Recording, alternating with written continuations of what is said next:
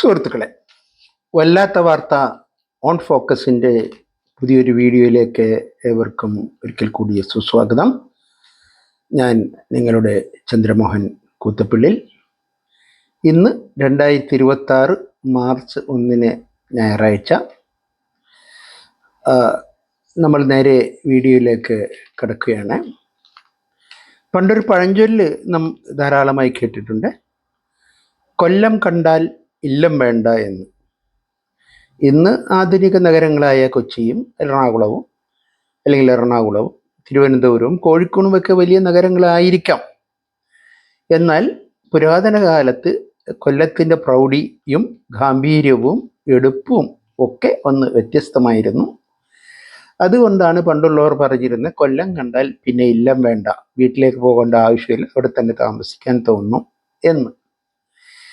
എന്നാൽ ഈയിടെ ഒരു രസികൻ തമാശയായി പറഞ്ഞ ഒരു പഴഞ്ചൊല്ല് കൂടിയുണ്ട്.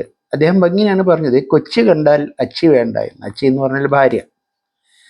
അപ്പോൾ അദ്ദേഹത്തോട് ചോദിച്ചു, ഇതിൻ്റെ സാരാംശം, സ്വാരസ്യമൊന്ന് വിശദമാക്കിയാൽ കൊള്ളാം എന്ന് പറഞ്ഞപ്പോൾ അദ്ദേഹം പറഞ്ഞത്, മറ്റൊന്നുമില്ല, കൊച്ചിയിലാണെങ്കിൽ ഭാര്യയോട് സംസാരിക്കാനോ സ്വൈര്യമായിരുന്ന് എന്തെങ്കിലും രണ്ട് വാക്ക് സ്വൈര്യവിഹാരം നടത്താനോ ഒന്നും ഒരാൾക്ക്, അവർ നവമിഥുനങ്ങളാണെങ്കിൽ കൂടി സമയമുണ്ടാകില്ല. കാരണം സദാസമയവും കൊതുകിനെ തല്ലിക്കൊണ്ടിരിക്കണം, കൊതുകിനെ തല്ലി ഓടിച്ചു കൊണ്ടിരിക്കണം. കൊതുകിനെ ഓടിക്കലേ അവർക്ക് പണിയുണ്ടാവുകയുള്ളൂ. അപ്പോൾ മറ്റൊരു സംസാരത്തിനോ സരസമായി ഒന്ന് ഉല്ലസിക്കുന്നതിനോ ഒരു സൗഹൃദ സംഭാഷണത്തിനോ ഒന്നും അവിടെ ഇടമുണ്ടാവുകയില്ല എന്നർത്ഥം. അതാണ് അദ്ദേഹം വിശദീകരിച്ചത്, കൊച്ചി കണ്ടാൽ അച്ചി വേണ്ട. അതായത് കൊതുകിൻ്റെ ആധിക്യം, ശല്യം എത്രത്തോളം ഉണ്ട് എന്ന് അദ്ദേഹം ഒരു ഉദാഹരണത്തിൽ കൂടെ പറഞ്ഞതാണ്. കാര്യം തമാശയാണെങ്കിലും അത് 100% സത്യമാണ്. കൊച്ചിക്കാരൻ്റെ ദുസ്വപ്നമാണ് കൊതുക്. കൊതുകില്ലാത്ത ഒരു സ്ഥലം പോലും കൊച്ചിയിലില്ല. ഞാനൊരു കൊച്ചി നിവാസിയായതുകൊണ്ട് ഇതിനെപ്പറ്റി നല്ല ബോധ്യമുണ്ട്. എല്ലാവർക്കും അറിയാം, ഈ കേരളത്തിൻ്റെ ഏറ്റവും കൂടുതൽ കൊതുക് ഉള്ള സ്ഥലം നമ്മുടെ പ്രിയപ്പെട്ട കൊച്ചി തന്നെ. കൊതുക് നിവാരണ പ്രവർത്തനങ്ങളിൽ പുറത്തു നിന്നുള്ള വിദഗ്ധ ഏജൻസികളുടെ സഹായം തേടാൻ കൊച്ചി കോർപ്പറേഷൻ തീരുമാനിച്ചിരിക്കുന്നു. പത്രവാർത്തയാണ് കേട്ടോ. കൊതുകിനെ തുരത്താനുള്ള പരമ്പരാഗത ഫോഗിംഗ് രീതികൾ വിജയമല്ലെന്ന വിലയിരുത്തലിനെ തുടർന്നാണ് ഈ നീക്കം. കൊതുക് നിവാരണ പ്രവർത്തനങ്ങളിൽ അനുഭവവും പാരമ്പര്യവുമുള്ള വിദഗ്ധ ഏജൻസികളുടെ സഹായം തേടുമെന്ന് കൊച്ചി കോർപ്പറേഷൻ്റെ ബഡ്ജറ്റിൽ പ്രഖ്യാപനമുണ്ട്. വെക്ടർ കൺട്രോൾ ബോർഡിൻ്റെ പഠനത്തിൽ, വെക്ടർ എന്ന് വെച്ചാൽ ഈ പകർച്ചവ്യാധികൾ പരത്തുന്നവ, ഇൻഫെക്ഷ്യസ് ഡിസീസസ്. വെക്ടർ കൺട്രോൾ ബോർഡിൻ്റെ പഠനത്തിൻ്റെ അടിസ്ഥാനത്തിൽ ഏറ്റവും കൂടുതൽ കൊതുകുജന്യ രോഗങ്ങൾ കണ്ടുവരുന്ന സോൺ, അതായത് ഏരിയ, ആ പ്രദേശം തിരഞ്ഞെടുത്ത് അവിടെ കൊതുക് നിവാരണ പ്രവർത്തനങ്ങൾക്ക് വിദഗ്ധ ഏജൻസികളെ ചുമതലപ്പെടുത്തും.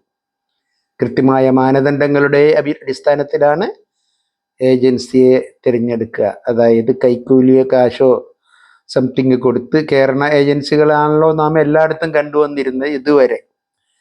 ഇപ്പം കൊച്ചിയിൽ കൊതുക് ഉണ്ടാവാൻ കാരണം എന്താ? മലിനീകരണം തന്നെ. കൊച്ചിയിൽ നിങ്ങൾക്ക് നോക്കി, ഇപ്പം പുതിയ ഭരണസമിതിയാണ് നിലവിൽ വന്നിരിക്കുന്നത്. ഇവരെന്താ ചെയ്യാൻ പോകണമെന്ന് നമുക്കറിയില്ല.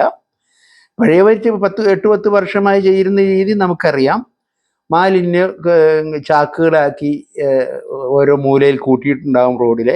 വല്ല പാവപ്പെട്ടവൻ അവൻ്റെ വീട്ടിലെ വല്ല പച്ചക്കറി മാലിന്യോ വല്ലതും കൊണ്ട് തടഞ്ഞിട്ടാൽ അവൻ്റെ വണ്ടി പിടിക്കുകയായി, CCAയി അവനെ അറസ്റ്റ് ചെയ്ത് കൊണ്ടുപോയി 25,000 രൂപ പിഴ ഈടാക്കാൻ നാം കണ്ടുവരുന്നൊരു കാര്യമാണ് കുറേ കാലങ്ങളായിട്ട്. ഒരു 10-15-20 വർഷം മുമ്പ് വരെ എറണാകുളം ടൗണിൽ എല്ലായിടത്തും, എല്ലാ പ്രധാന ജംഗ്ഷനിലും ഒരു 10-15x15 സ്ഥാനമുള്ള ഇരുമ്പ് പെട്ടികൾ അവർ സൂക്ഷിച്ചിരുന്നു. നമുക്ക് ഇത്തരം മാലിന്യങ്ങൾ അവിടെ നിക്ഷേപിക്കാം.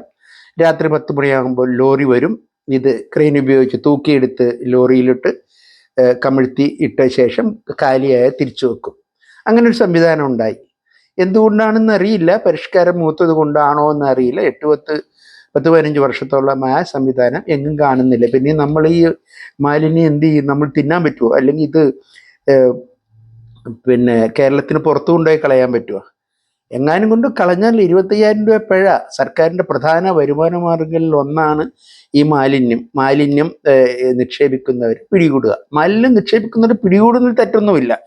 പക്ഷെ മാലിന്യം നിക്ഷേപിക്കാൻ അവർക്കൊരു സ്പെസിഫൈഡ് സോൺ കൊടുക്കണ്ടേ ഈ കോർപ്പറേഷൻ? അതൊരിക്കലും ഉണ്ടായിട്ടില്ല.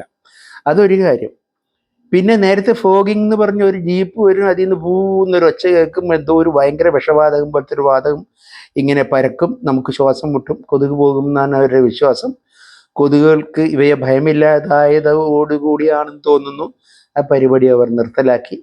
കുറെ കാലം പുറകിലൊരു ഒരു ഒരു ഉപകരണവും തൂക്കി കുറച്ച് ആൾക്കാർ വീടുകളിൽ വരുമായിരുന്നു മരുന്നടിക്കാനും പറയും. ഇപ്പം അവരെയും കാണാനില്ല. അവർ നിർത്തിപ്പോയതാണോ അവരെ പറഞ്ഞു വിട്ടതാണോ എന്നറിയില്ല. ഈ കോർപ്പറേഷൻ്റെ പുതിയ ഭരണസമിതിയുടെ തീരുമാനത്തെ പറ്റിയാണ് നാം ഇതേവരെ സംസാരിച്ചത്. കൃത്യമായ മാനദണ്ഡങ്ങളുടെ അടിസ്ഥാനത്തിലാണ് ഏജൻസിയെ തിരഞ്ഞെടുക്കുക.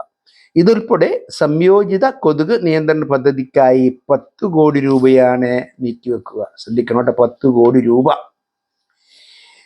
കൊതുക് നിവാരണ പ്രവർത്തനങ്ങൾക്കായി പുതുച്ചേരി, അതായത് പോണ്ടിച്ചേരി വെക്ടർ കൺട്രോൾഡ് റിസർച്ച് സെന്ററിന്റെ സഹായം തേടുമെന്ന് ബജറ്റിൽ എടുത്തു പറയുന്നുണ്ട്. മുൻ ബജറ്റുകളിലും ഈ പ്രഖ്യാപനം ഉണ്ടായിരുന്നെങ്കിലും ഒന്നും നടന്നിരുന്നില്ല. നമുക്കറിയാം, ബ്രഹ്മപുരത്താണ് ഈ മാലിന്യങ്ങളൊക്കെ കൊണ്ടുപോയി അവർ ഡംപ് ചെയ്യുന്നത്. അവിടെ ശാസ്ത്രീയമായ വിധത്തിൽ നിർമ്മാർജ്ജനം ചെയ്യും, അവയെ തരംതിരിക്കും, അപ്പടിയോ ഇപ്പടിയോ എന്നൊക്കെ പറഞ്ഞിരുന്നിട്ട് ഒന്നും നടക്കില്ല. ആകെ നടക്കുന്ന എന്താണ് നമുക്കറിയാം. ഇടയ്ക്ക് 6 മാസം കൂടുമ്പോൾ പത്രത്തിൽ അല്ലെങ്കിൽ ടി വിയിൽ ന്യൂസ് വരും, ആരോ സാമൂഹ്യ വിരുദ്ധർ മാലിന്യ കൂമ്പാരത്തിന് തീയിട്ടു എന്ന്. പോലീസ് അന്വേഷണം ആരംഭിച്ചിരിക്കുന്നു, കുറ്റവാളികൾ ഉടൻ പിടികൂടുമെന്ന്. ഒന്നും നടക്കില്ല. ഇവർ തന്നെ ഡീസൽ ഒഴിച്ച് കത്തിക്കുന്നതാണ്. ഇതാണ് നമ്മുടെ മാലിന്യ നിർമ്മാർജ്ജനം നടന്നു വന്നിരുന്നത്. നമ്മുടെ സാധാരണക്കാരൻ്റെ കണ്ണിൽ കൂടി നോക്കിക്കാണുകയാണ് കേട്ടോ, വിദഗ്ധനൊന്നും അല്ല. അങ്ങനെയാണ് നടന്നു വന്നിരുന്നത്. അപ്പോൾ ഇനിയിപ്പോൾ എന്താ, ഇവർ പുതിയ പാർട്ടിയാണല്ലോ, പുത്തനച്ച് പുരപ്പുറം തൂക്കുമെന്നാണല്ലോ. എന്താണ് ഇവർ ചെയ്യാൻ പോകുന്നതെന്ന് നമുക്കറിയില്ല. കൊതുക് നിവാരണത്തിന് മുഴുവൻ സമയ വിദഗ്ധരുടെ സേവനം പ്രയോജനപ്പെടുത്തുമെന്ന് ബജറ്റിൽ എടുത്തു പറയുന്നുണ്ട്. കൊതുക് പ്രജനന കേന്ദ്രങ്ങൾ കൃത്യമായി കണ്ടെത്താൻ GPS മാപ്പിങ്ങും ഡ്രോണുകളും ഉപയോഗിച്ചുള്ള നിരീക്ഷണം നടത്തും. കൊതുക് സാന്ദ്രത കൂടുതലുള്ള സ്ഥലങ്ങൾ തിരിച്ചറിഞ്ഞ് പ്രതിരോധ പ്രവർത്തനങ്ങൾക്ക് കേന്ദ്രീകരിക്കാൻ GPS മാപ്പിംഗ് സഹായിക്കും. കൊതുക് ലാർവകളെ നശിപ്പിക്കാൻ പരിസ്ഥിതി സൗഹൃദമായ ബാസില്ലസ് തുറിഞ്ചെൻസിസ് ഇസ്രായേലൻസിസ് എന്ന ബാക്ടീരിയൽ ലാർവിസൈഡ് പ്രയോജനപ്പെടുത്തും. പേര് കേട്ടിട്ട് തന്നെ പേടിച്ചു പോകുന്നു. ഈ പേരൊന്ന് ഉച്ചരിച്ചാൽ കൊതുക് ഈ ഉച്ചാരണം കൊണ്ട് തന്നെ പേടിച്ചു ഓടുമെന്ന് നമുക്ക് മനസ്സിലാക്കാം, നമുക്ക് ഊഹിക്കാം. ബാസില്ലസ് തുറിഞ്ചെൻസിസ് ഇസ്രായേലൻസിസ്, ഇതാര് കണ്ടുപിടിച്ച പേരാണോ ആവോ, ദൈവത്തിനറിയാം. ഇതിന് പുറമെ കൊതുക് ലാർവകളെ ഭക്ഷിക്കുന്ന ഗപ്പി, ഗംബൂസിയ തുടങ്ങിയ തദ്ദേശീയ മത്സ്യങ്ങളെ ജലാശയങ്ങളിൽ വളർത്തും. ശാസ്ത്രീയമായ നിരീക്ഷണം, പ്രകൃതിദത്തമായ ലാർവ നശീകരണം, കൃത്യമായ എഞ്ചിനീയറിംഗ് എന്നിവ വഴി കൊതുക് ശല്യം പൂർണ്ണമായും ഇല്ലാതാക്കുമെന്നാണ് ബജറ്റിൽ പങ്കുവെക്കുന്ന ശുഭപ്രതീക്ഷ. ആനന്ദ ലബ്ധിക്കായി കൊച്ചിക്കാർക്കിനി എന്തു വേണം? ആനന്ദ ലബ്ധിക്കായി കൊച്ചിക്കാർക്കിനി മറ്റെന്തു വേണം? സുന്ദരമായ ശുഭ സൂചകമായ ഉറപ്പുകളാണ് നമുക്ക് പുതിയ ഭരണസമിതി, കോർപ്പറേഷൻ മേയറും ഒക്കെ തന്നിരിക്കുന്നത്. നമുക്ക് കൊതുകുകൾ നമുക്കറിയാം, കൊതുകുകൾ നമ്മളെ പ്രത്യേകം പരിചയപ്പെടുത്തേണ്ട കാര്യമൊന്നുമില്ല. കൊതുകിനെ നമുക്ക് നല്ലോണം അറിയാം. പക്ഷെ നമ്മൾ അറിയാത്ത ചില കാര്യങ്ങൾ കൂടി ഇവിടെ സൂചിപ്പിച്ചാൽ നിങ്ങൾക്ക് ഇത് ഉപകാരപ്രദമാകുമെന്ന് കരുതുന്നു. Mosquitoes are small flying insects known for their blood sucking females. ശ്രദ്ധിക്കണം, ബ്ലഡ് സക്കിങ് ഫീമെയിൽസ്, അതായത് പെൺകൊതുകുകൾ മാത്രമേ നമ്മളെ കടിക്കുകയുള്ളൂ, ആൺകൊതുകുകൾ കടിക്കില്ല. എല്ലാവരും ഈ കൊതുകുകൾ, എല്ലാ കൊതുകുകളും പ്ലാന്റ് ഷുഗേഴ്സ് വലിച്ചെടുക്കുന്നതിൽ തൽപരരാണ്, ആൺകൊതുകുകൾ പ്രത്യേകിച്ചും. അതായത് വാഴയിൽ നിന്നൊക്കെ ഇരുന്ന് ചെടികളിൽ നിൽക്കുന്നതിൻ്റെ ഷുഗേഴ്സ് വലിച്ചെടുക്കും. പക്ഷെ പെൺകൊതുകുകൾ മാത്രമാണ് മനുഷ്യരെയും മൃഗങ്ങളെയും ഒക്കെ കടിക്കുന്നത്. നിങ്ങൾ ശ്രദ്ധിക്കണം. Mosquitoes are small flying insects known for their blood-sucking females, transmitting diseases like malaria, dengue, etc. Though only a small percentage of the species are vectors. ഈ പെൺകൊതുകുകൾ മാത്രമേ മനുഷ്യരെ കടിക്കൂ അല്ലെങ്കിൽ മൃഗങ്ങളെ കടിക്കൂ എന്ന് പറഞ്ഞു. പക്ഷേ ഇതിൽ ഒരു ചെറിയ വിഭാഗം മാത്രമേ രോഗ പരത്തുന്ന ആ വിഭാഗത്തിൽ പെടുന്നുള്ളൂ എന്നുകൂടി നമുക്ക് ശ്രദ്ധിക്കേണ്ടതായിട്ടുണ്ട്. ഈ ഫീമെയിൽസ് അവരെ പറ്റി അവർക്ക് പ്രത്യേകത നോക്കാം. Females have a piercing proboscis to feed on blood for their development, egg development. അവരുടെ പ്രത്യുൽപാദനപരമായ പ്രക്രിയ പൂർത്തിയാക്കാനും ഒക്കെ അവർക്ക് ഈ എഗ്ഗിൻ്റെ വളർച്ചയ്ക്ക് വേണ്ടി ബ്ലഡ്, മറ്റുള്ളൊരു അന്യരുടെ ബ്ലഡ് ആവശ്യമാണ്. അപ്പോൾ ഈ ബ്ലഡ് കുത്തിവെക്കുമ്പോൾ ആദ്യം നമ്മൾ അറിയില്ല, കാരണം അവരുടെ വായിലെ ഉമ്മനീര്, സലൈവ ആദ്യം കുത്തിവെക്കും. അതിൽ ചെറിയ രീതിയിലുള്ള ഒരു തിരിച്ചറിവ് നമുക്ക് പെട്ടെന്ന് തോന്നുകയില്ല. അത് കഴിഞ്ഞിട്ടാണ് ഈ പ്രക്രിയ അവർ ആരംഭിക്കുന്നത്. ഈ പ്രക്രിയ, അത് ഈ ബ്ലഡ് സക്കിംഗ് പ്രക്രിയ ഏതാണ്ട് 90 സെക്കൻഡോളം നിലനിൽക്കും എന്ന് മനസ്സിലാക്കിയിട്ടുണ്ട്. ഇവർക്കൊരു പ്രത്യേകത ഉള്ളത്, they can detect carbon dioxide from human breath up to 75 feet away, from 75 feet away. 75 അടി അകലെ നിന്ന് പോലും CO2, നമ്മൾ ഉച്ഛ്വസിക്കുന്ന കാർബൺ ഡയോക്സൈഡ് തിരിച്ചറിയാൻ അവയ്ക്ക് കഴിയും എന്നുള്ളതാണ് അവരുടെ ഒരു പ്രത്യേകത. ഈ ഒരു മൊസ്കിറ്റോ പല പ്രാവശ്യം മനുഷ്യനെ കടിക്കാം, അതിനങ്ങനെ വ്യവസ്ഥയൊന്നുമില്ല.